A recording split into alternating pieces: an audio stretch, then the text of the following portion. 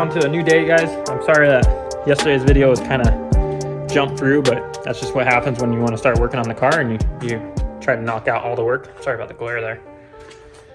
You just want to knock everything out and get it all done. So I know it kind of jumped through it. I was doing pretty good in the first part of the day, but towards the end, we kind of jumped through a lot.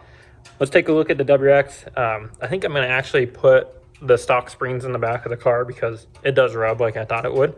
And it didn't drop it as much in the front as I thought it was going to. I really don't like the reverse rake thing that Subaru always has had. So I think with where the height is in the front, if I put the stock springs in the back, it'll look pretty even.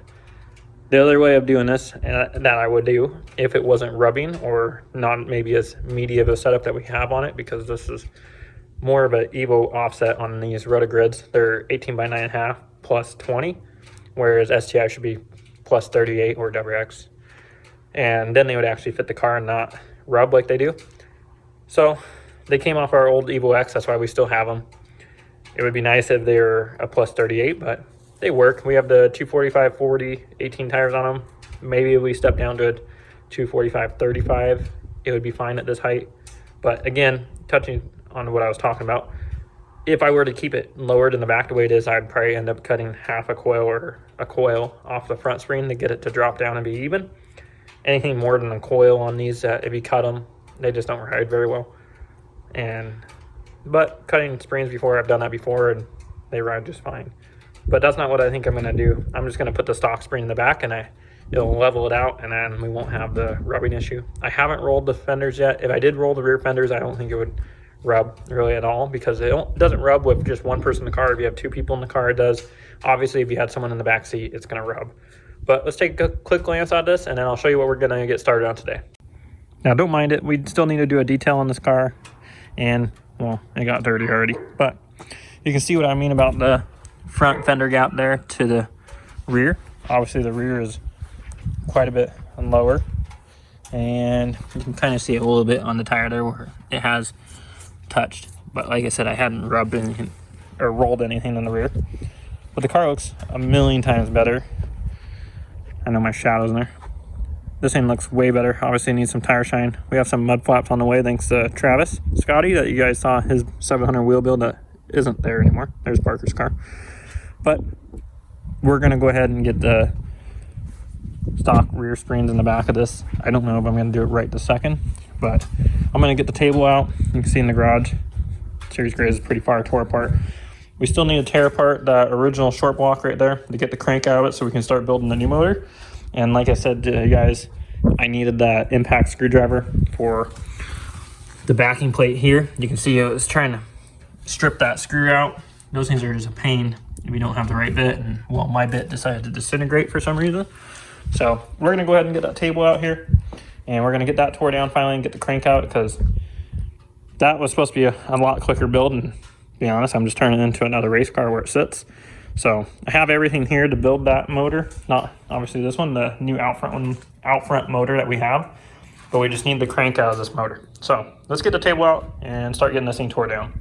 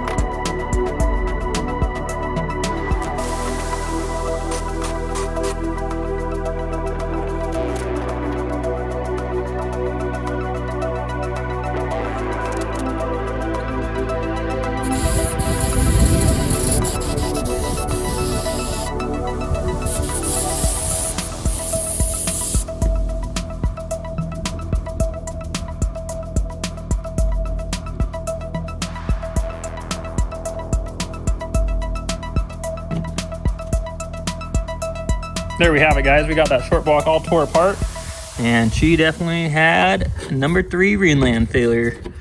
So try to get this. You can see the crack right there and there. Let's see if I can get the move. But that whole piece will literally just, yeah, see it moving? It's like stuck out. Yeah. So there's a Rhineland failure. Good old, still shitty Type RA short blocks, guys. There ain't no better. Same shit, different motor. They just label it something different, but it's the same exact shit as it's always been with these motors. So we got this all tore apart. Everything inside as far as the bearings. See if I can get it focused. Probably not. I don't think you guys are gonna see it. Now I have this sitting back together, but all the bearings look good. Rod bearings all looked good. Crank is out. We got this thing all brake cleaned, and we use air to blow it all off, so it's all clean and ready to go in our new motor. So let's go ahead and get this all cleaned up, and then we can take that down to the motor building room and start micing it out so we can get our clearances for that new block. Goodbye. All right, guys, we got the crank down here now. It's all cleaned, as you can see. Now we need to go ahead and get this block separated. We're gonna get our bearing set in there. As you can see, I just ordered some bearings for the car. Obviously I have some in stock, but I'm gonna order some more so that I knew for sure that we had them. Obviously I use ACL race bearings and I use Kane too. It just depends on the motor. But you can see we have everything in stock down there. I was just adding more to it. But we need to get this block separated. I need to get my main bearings in. We're gonna just start out with our standard bearings. We're gonna mic the crank and then come back over to the block and dial bore gauge indicator it. So that way we can figure out our clearances. Now, unfortunately, guys, I'm not gonna share my motor building clearances with you guys. Some will understand, some won't. I've worked very hard to achieve what I know now, and I've gone through many test motors, and to have the knowledge that I have now has costed me a lot to get to. So unfortunately, I won't be giving that knowledge away, but I will be showing bits and pieces here of me building the engine. I'm just not gonna go ahead and disclose what engine specs I'm setting that block at. So no big deal. But like I said, first thing we need to do, we need to get the block apart. We need to get our main bearings in there. That way we can mic it out and we can go from there. So let's get that apart. It might not look that bad on camera, but please don't mind how dark it is over here. Like I said, I still need to get those lights up there. I might just go out and pull them down, and that way we have them to put them in here, because it does help tremendously having those lights in here. But don't mind, guys, we'll get those in.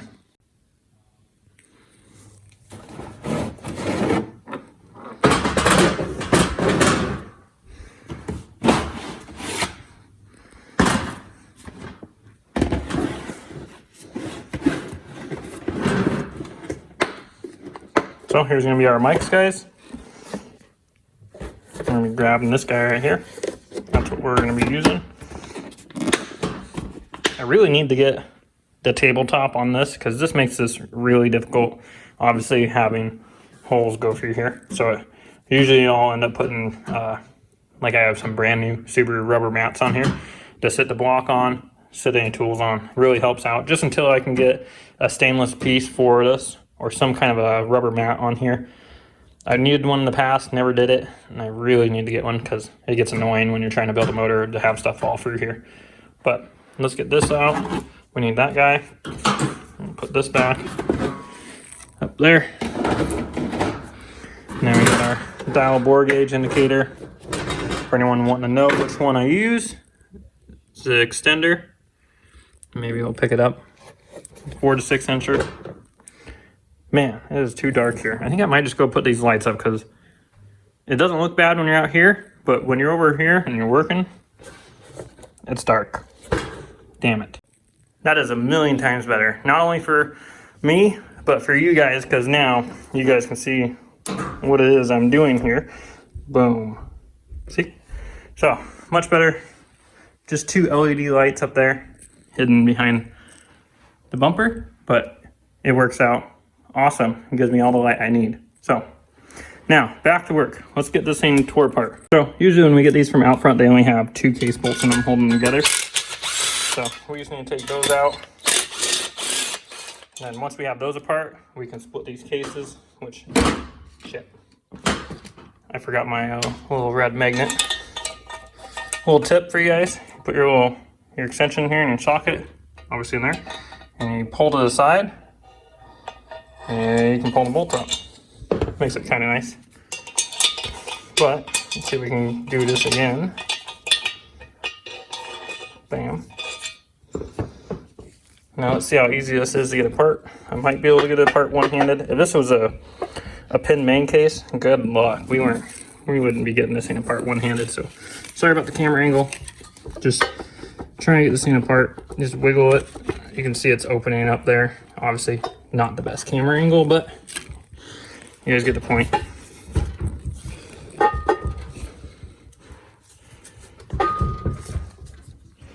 This is very difficult one-handed, but I'm trying to do it for you guys. There we go. So there we go. We got our case apart. Obviously you can see I have those new Subaru floor mats down. These help out. Makes it workable at least. So let's flip this case over here. So here we have, that's what it looks like inside of a Subaru motor if you haven't seen one. We have two cases.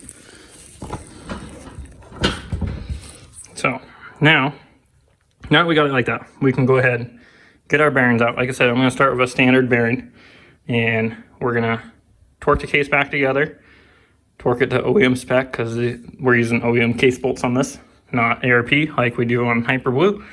So we torque it to our OEM spec, then we come over to our crank. We're going to mic the crank out, and we're going to check our specs. Unfortunately, like I mentioned earlier, I'm not going to be showing you guys my engine building specs when I'm assembling this motor. Every engine builder is different. I have my own specs. I'm not going to share those. So I'm going to go ahead, get this thing all measured out. First off, just to give you an idea what we're doing, I'm starting with standard bearings, measure it. Then I'll go ahead and set my own clearances from there. Gives me a nice starting point. So I'm going to go ahead and do that. And then you guys will just see me assembling the motor together. You won't see me doing the actual specs of the motor. So just again, reiterating that. Sorry to the guys that are coming in here to see what specs are. I'm just not going to release them.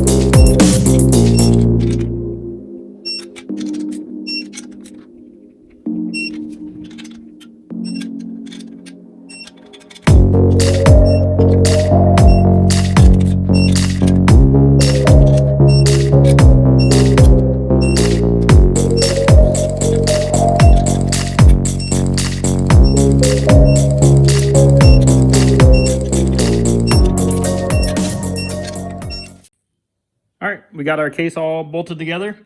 As you can see, we have all our bearings in there. So now we can go ahead and measure the crank and then measure our block, and that'll give us our clearance. So I'm gonna go ahead and get that knocked out real quick. This is a pretty tedious process. Obviously I have a baseline here, then I gotta pull it apart, do the sequence you guys just saw me do. And I will have to do that maybe 2, 3, 4 more times until I get it to where I'm happy and it's at my specs. So I'll go ahead, get this knocked out real quick, and then once we get done with that, we're going to be moving on to doing the same thing to the rods. So here's our mic set we're going to be using. I'm going to go ahead and grab this guy right there. There we go. And we'll put this back there. All right, now we can use this to measure out our crank. Well, there we have it, guys. After a lot of time and measuring, we got our block all measured out, put it to the specs that we wanted to. So now you can see it's still empty, has the bearings in it. But we got our rods also all spec'd out, measured. We got our bearing clearance where we want to set it on this car for the power we're doing, and they're all ready to go. So you can see these are those Manley H-Tough rods. So these will do just fine. Now we need to go ahead, get that block back apart so that we can do final assembly with the crank in there, and then it's on to filing some rings. So let's get that thing back apart. Big shout out to the wife. She got me this for Valentine's Day. So you guys will be seeing this in the background. I was able to get that up. Pretty cool how that came out. So I think it looks like a nice backdrop to when we're building motors. But yep, let's go ahead. You can see here I got my table all cleaned off. That way we can get ready to pull this thing apart and get that crank inside of it.